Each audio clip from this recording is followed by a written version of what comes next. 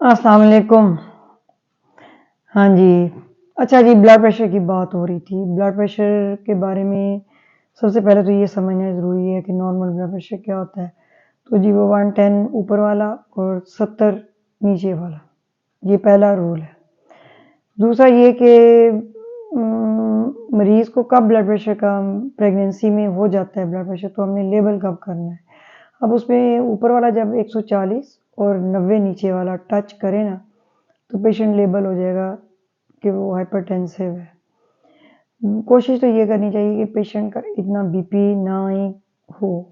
अगर हमने मेडिसिन भी देनी है तो हमारा टारगेट होता है कि इससे ऊपर ना जाए ब्लड प्रेशर, क्योंकि इसके बहुत नुकसानात हैं और ऐसे ही होंगे जैसे आम ब्लड प्रेशर हाई होने से होते हैं, लेकिन इधर तो बच्चे की ज़िंदगी का भी सवाल होता है।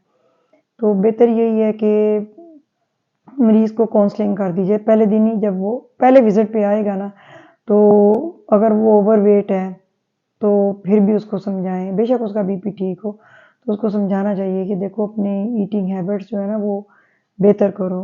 ये जंक फूड छोड़ दो, ये कोल्ड ड्रिंक्स नहीं लेनी और वो टोटका तो बिल्कुल नहीं करना कि सोडा ड्रिंक में नमक डाल के पी लें। मीठा भी उतना ही नुकसानदेह है जितना नमक है। दोनों ब्लड प्रेशर के लिए बराबर के कसूरवार हैं।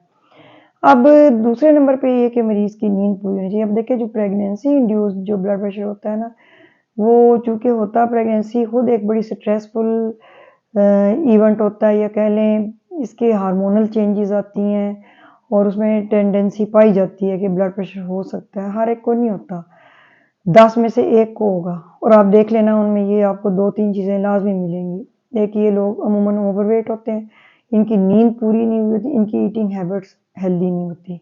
तीसरे चौथे नंबर पे ये हो सकता है कि घर में शायद सुकून नहीं है या उनकी उतनी देखभाल नहीं हो रही जितनी कि उनको डिज़र्व करते हैं। उनसे उनकी तकलीफ़ पे नोटिस लेना चाहिए। डॉक्टर के पास अगर सर में दर्द है तो फ़ौरन लेकर आएँ, मत टोटके करें कि जी सर दर्द की दवाई खा लो, मालिश करवा लो उससे ठीक है, ऐसी ये बातें नहीं चलनी।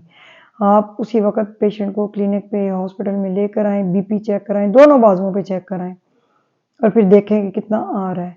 पेशेंट को खुद ही 2-3 विज़िट में समझ लग जाती है जब उसको इन्वॉल्व करते हैं। अगर पेशेंट बुत बन के बैठा है और डॉक्टर भी गूंगा बन के बैठा हुआ है, कुछ बोलना नहीं, बस अभी भी आपको ब्लड प्रेशर है, तौबा! मैं तो कहती हूँ हमारे तो पेशेंट बीबी का लफ्ज़ भी ना सुने।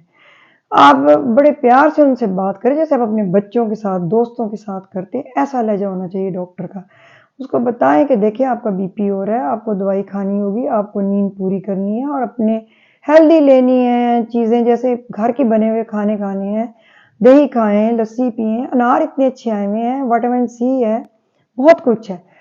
अब ये है कि माँ का अगर ब्लड प्रेशर ठीक हो जाता है दवाइयों से, तो फिर भी बच्चे को तो नुकसान पहुँचता ही है ना, क्योंकि इसमें देखा गया है कि वाटर बैग छोटा बनता है, बच्चे का वज़न भी कम होता है नॉर्मल बच्चों से और बच्चे की हरकत भी एंड में ना स्लो होती है। अमूमन ऐसे मरीज़ों का फिर हमें इलेक्टिव सिज़ेरियन करना पड़ता है।